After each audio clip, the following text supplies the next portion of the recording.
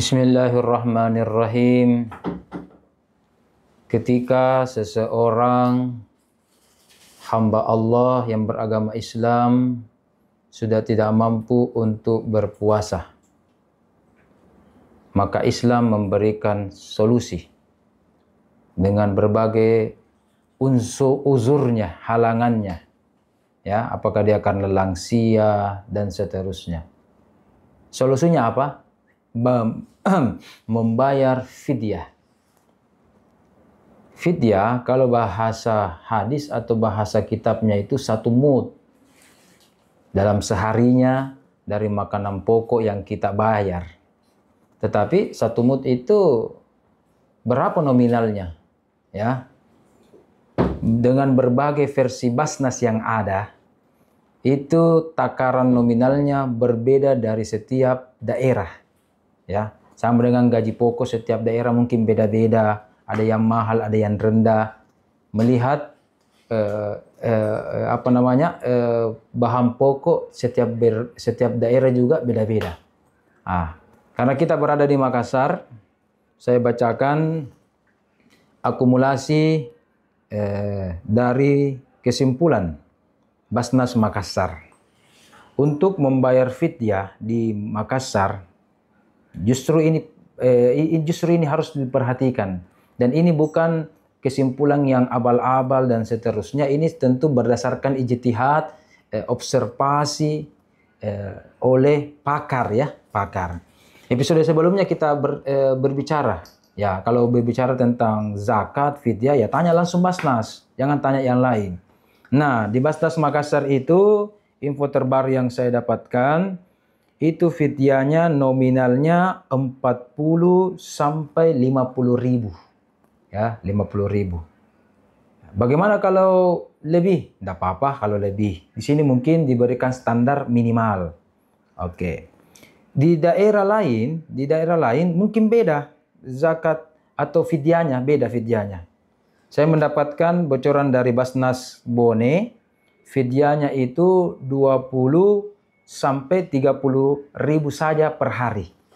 Kenapa beda? Beda harga peredaran di pasar di Bone, di Lapri, dan tentunya di Makassar, pasar sentral, di Panampu, ya kan, pasar Butundang, pasar Teron, dan seterusnya. Jadi tadi kalau Makassar 40 sampai 50. Kalau di Bone, data yang saya dapatkan terbaru dari Basnas Bone 20 sampai 30. Kalau Basnas Pusat yang saya dapatkan, kalau tidak salah ini, luruskan saya, itu per harinya, per jiwanya itu 60 ribu, 60K. Lebih mahal lagi kalau di sana. Yang menariknya ini, saya juga mendapatkan bocoran dari Basnas Sulawesi Barat, dalam hal ini di Majene. Di situ diterahkan bahwa untuk fidyahnya itu minimal 20 ribu. Kalau fidyah dalam bentuk beras, jagung, dan umbi-umbian, itu 20 ribu fidyahnya. Nah, oke. Standarnya ada kalau beras Ciliwung itu 23 ribu, beras kepala 26 ribu, beras merah bahkan 32 ribu. Kenapa ada beda-beda? Karena masing-masing orang kebiasaan, tadi kata kuncinya bahan pokok, ya. Orang biasa makan jagung, berarti fidyahnya juga jagung. Biasa makan beras merah atau beras kepala, berarti juga fidyahnya juga demikian, ya. Jadi disesuaikan dengan nominalnya. Di Majene, beras jagung dan umbi-umbian, nominal fidyahnya 20 ribu. Kalau beras kualitas kepala 26 ribu, beras merah itu 32 ribu. Jadi beda-beda. Nah, bagaimana dengan zakat fitrah? Sebentar lagi kita memasuki zakat fitrah, pembayaran zakat fitrah. Kalau di Makassar, terendahnya itu adalah 48 ribu, menengah 52 ribu, dan tertinggi 60 ribu rupiah.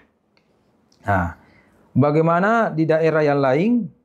Daerah yang lain, saya mendapatkan bocoran lagi dari Majene, misalkan zakat fitrahnya yang terendah 35 ribu. Kalau dalam bentuk beras jagung, kemudian yang tertinggi beras merah 55 ribu. Beras kepala itu 45.000, kalau beras biasa medium itu 40.000 rupiah. Jadi beda-beda antara satu wilayah dengan wilayah lainnya. Ya, begitu ya. Nah, kalau di Bone, zakat fitrahnya itu minimal 40.000 dan maksimal 50.000 rupiah. Jadi kita sesuaikan di mana daerah kita, di mana lokasi kita antara satu dengan lainnya. Jadi catatan saya adalah itu adalah standar minimal yang dibuat oleh Basnas Kabupaten Kotamadya bahkan ibu kota Jakarta. Sesuaikan dengan kebutuhan kita atau apa makanan pokok kita. Saya punya tetangga itu, berasnya itu kalau tidak salah per liter atau per kilo itu 100 atau 200 ribu. Ada beras yang sangat mahal itu.